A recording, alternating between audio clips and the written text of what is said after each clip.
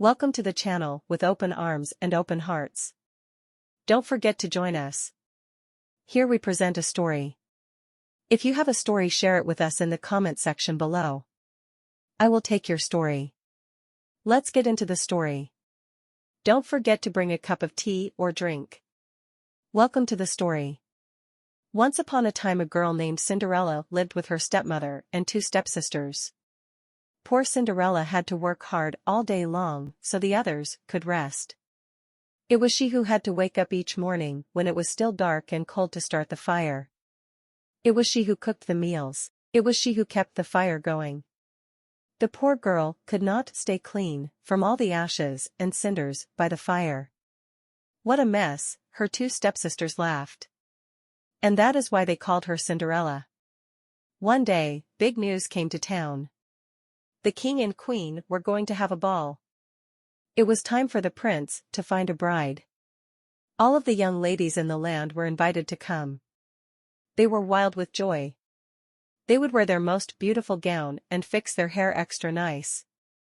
Maybe the prince would like them.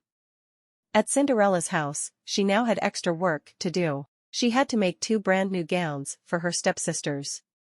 "Faster," shouted one stepsister. "You call that a dress?" screamed the other. "Oh, dear," said Cinderella. "When can I?" The stepmother marched into the room. "When can you what?" "Well," said the girl, "when will I have time to make my own dress for the ball?" "You," yelled the stepmother. "Who said you were going to the ball?"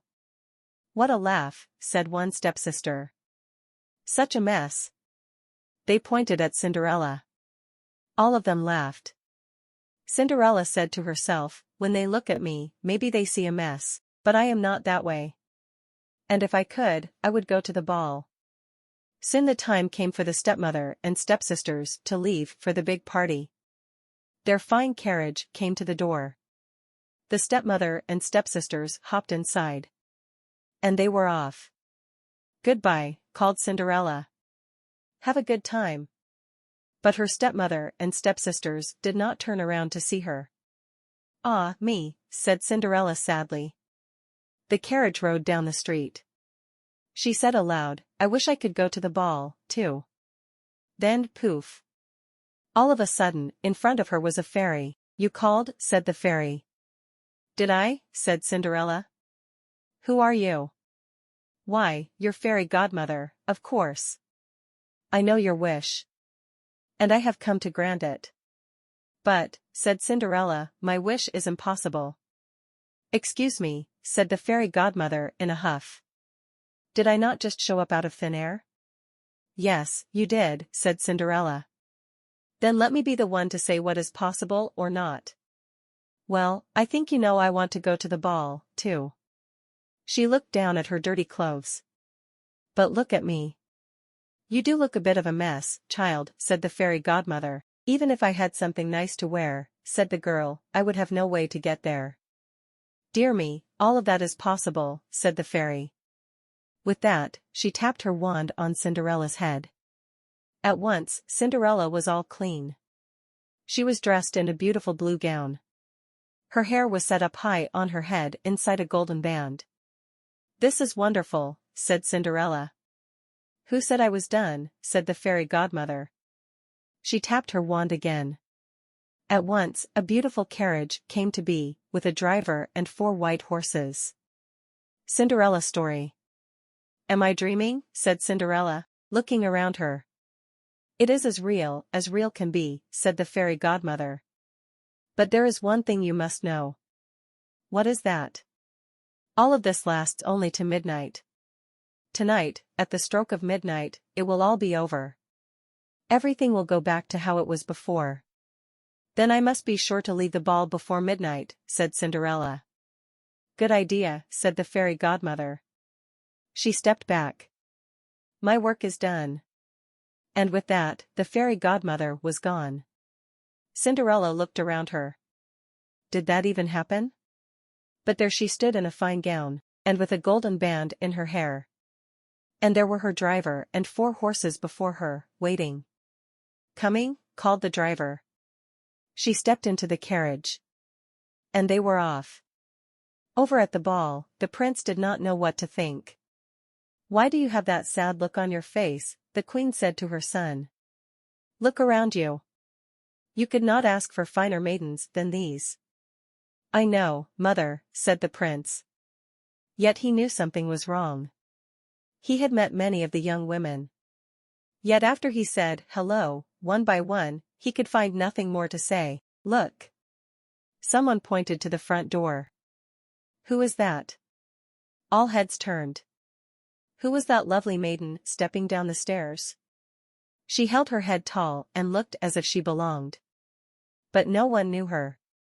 "There is something about her," said the prince to himself. "I will ask her to dance."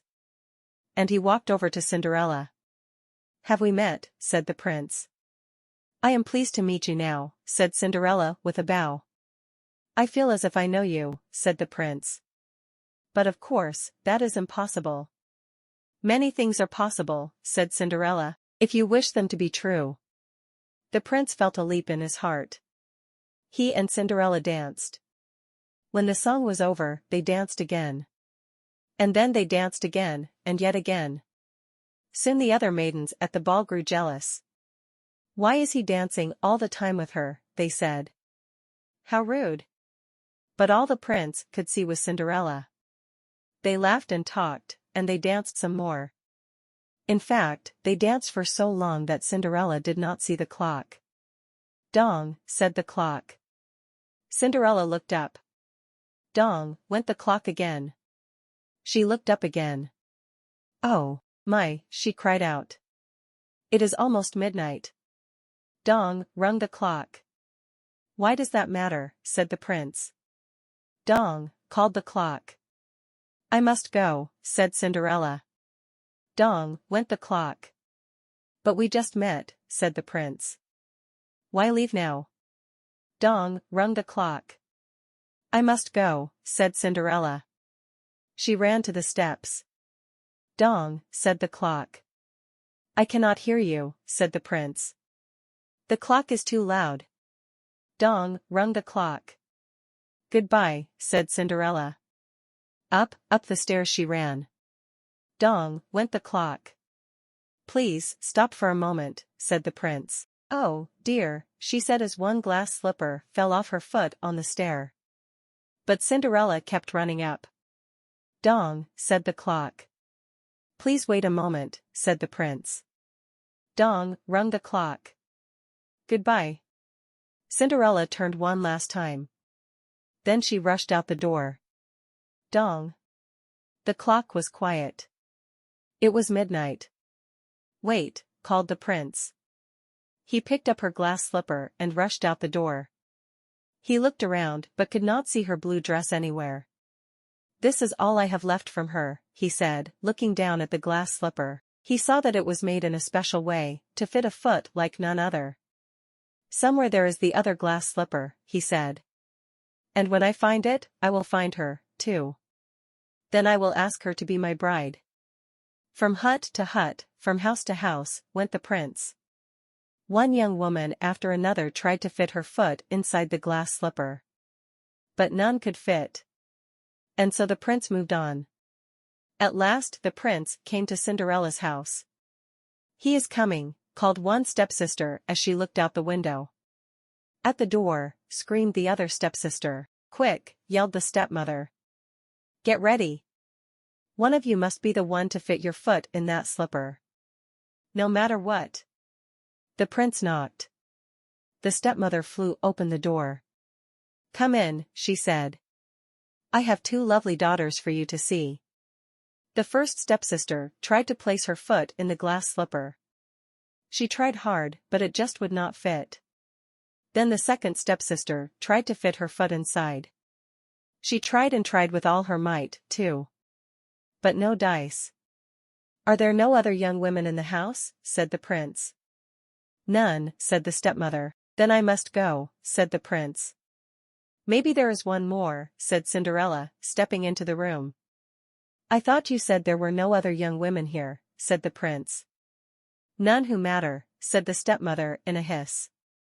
"Come here," said the prince. Cinderella stepped up to him.